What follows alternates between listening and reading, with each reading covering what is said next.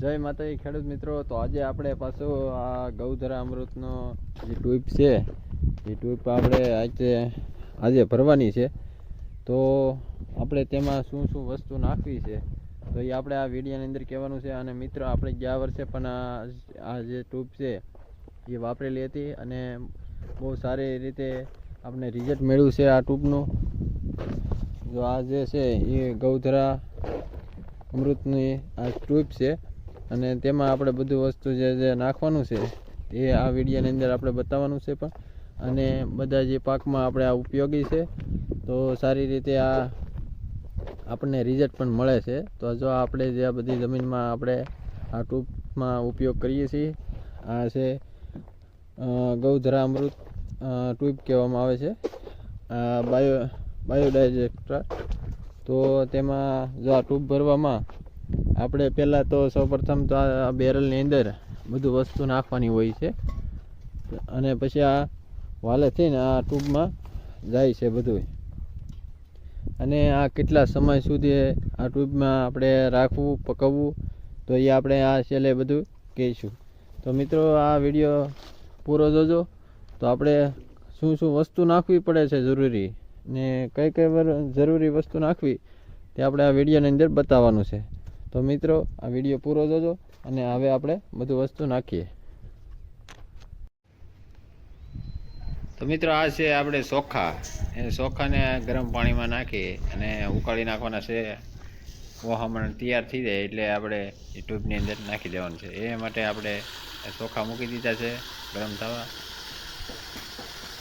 આ જે ચોખા છે એ આપણે ટમેટાના પણ ચાલે છે.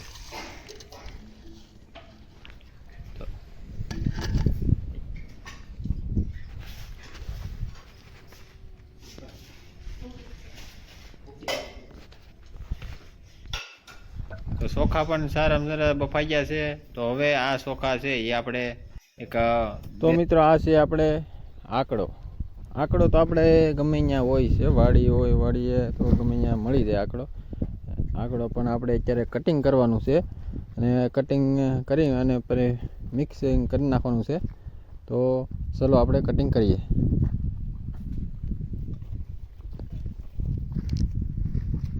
અને ઝીણું ઝીણું કટિંગ કરવાનું છે એ માટે આપણે અત્યારે ડોલની અંદર નાખી દઈએ બધું અને પછી મશીને કરીને આપણે ઝીણું કટિંગ કરી નાખવાનું. આ રીતનું બધું કટિંગ કરી અને આપણે બધું જે ગૌધરા અમૃત બનાવવાનું છે તો તેમાં નાખવાનું છે. આવી જે દાંડલી હોય છે એને કાઢી જવાની છે અને જે આ કૂણો કૂણો આંકડો હોય છે એને લેવાનો અને બધું કટિંગ કરી નાખવાનું. જાડા પાનવાળું આંકડો લેવાનો નહીં અને કૂણો કૂણો આંકડો હોય છે એ આપણે લેવાનો.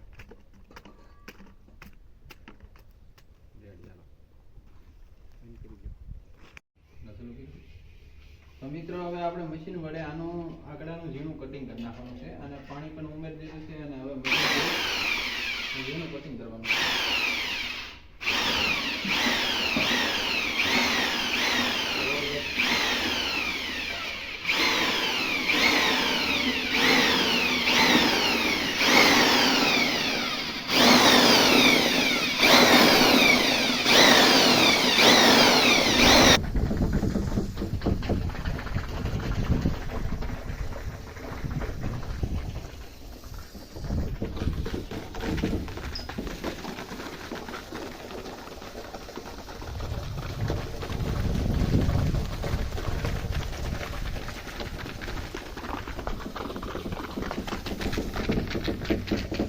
આપણે ગૌધરા અમૃત બનાવવાનો છે, આ જે ટ્યુબની અંદર નાખવાનું છે. તો મિત્રો એમાં પહેલાં સૌપ્રથમ શું વસ્તુ એમાં જરૂરી નાખવી જોઈએ. તો આમાં આપણે બધું વસ્તુ અત્યારે અહીંયા છે હાજર, બરાબર.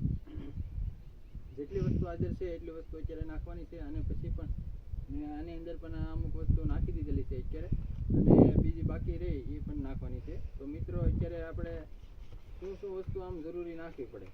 તો આપણે જો 150 કિલો ગોબર જોવે. ગોબર એટલે કે છાણ. અને ગૌમૂત્ર 75 લીટર, પછી 75 લીટર છાશ આપણે ગાય ગાય માતાની સાજ હોય એ 75 લીટર નાખવાની. પછી ભાતનું ઓહામણ તે આપણે 75 લીટર નાખવાનું હોય છે. તે આપણી પાસે અત્યારે 75 લીટર છે. અત્યારે આપણે ચોખા રાંધી નાખેલા છે. પછી દેશી ગોળ 75 કિલો જોવે.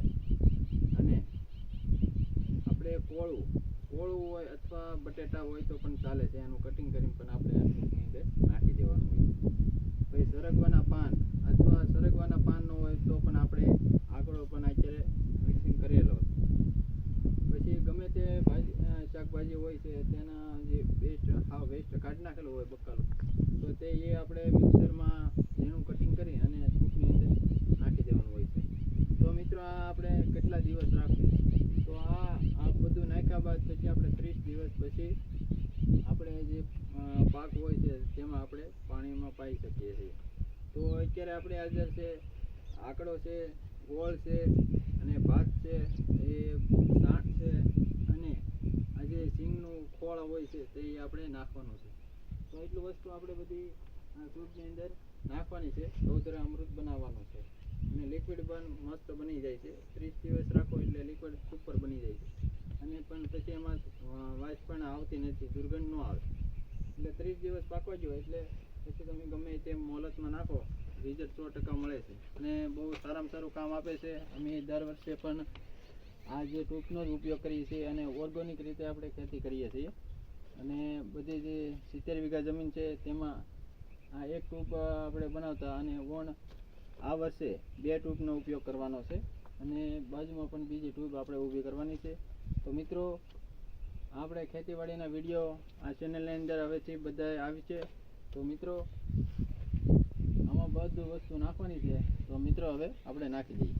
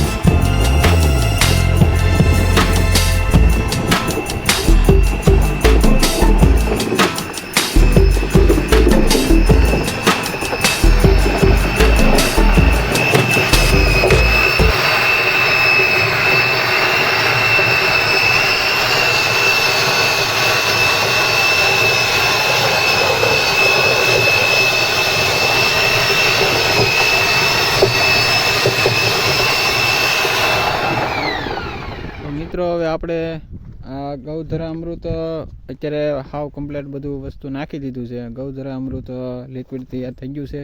તો મિત્રો આમાં કેટલું સામ્યું છે તો એ હવે આપણે બતાવવાનું છે. તો ગૌધરા અમૃતમાં પહેલાં તો 300 લીટર પાણીમાં બધું દ્રવ્ય ઉમેરી દીધા છે. બધા આ જે ટ્યુબની અંદર 300 લીટર પાણીમાં બધા દ્રવ્યો ઉમેરી દીધા છે. અંદાજિત 3500 લીટર ગૌધરા અમૃત લિક્વિડ તૈયાર થઈ ગયું છે. તો મિત્રો હવે આને આપણે 30 દિવસ રાખવાનું છે અને પછી 30 દિવસ પછી આપણે જે ગમે તે પાક હોય છે તો અમારે તે અત્યારે ડુંગળી પાક ઉપર છે તો એમાં પણ પાવાનું છે અને 60 વીઘાના આંબા છે તો આંબામાં પણ આપણે આ લિક્વિડ તૈયાર થઈ જાય એટલે પાવી દેવાનું છે. તો આપણે વસ્તુમાં તો બધી વસ્તુ નાખી દીધી છે અને જે એક બટેટા છે એ બાકી છે તો એ આપણે 2 દિવસની અંદર બટેટા ઉમેરી દેવાના છે. તો હવે અત્યારે આ લિક્વિડ તૈયાર થઈ જાય પછી આપણે જે આ જે વાડી દેખાય છે વાડીમાં આંબા છે અને ડુંગળી છે તેમાં આપણે પાઈ દેવાનું છે અને પાણીની સાથે. તો મિત્રો આ એટલું વસ્તુ કરવાથી આપણે લિક્વિડ તૈયાર થઈ જાય છે. તો મિત્રો આવા જ વિડીયો જોવા માટે આપણી ચેનલને સબસ્ક્રાઈબર કરી દેજો અને આ ટ્યુબનો સારામાં સારું રિઝલ્ટ મળે છે. જય માતાજી મિત્રો.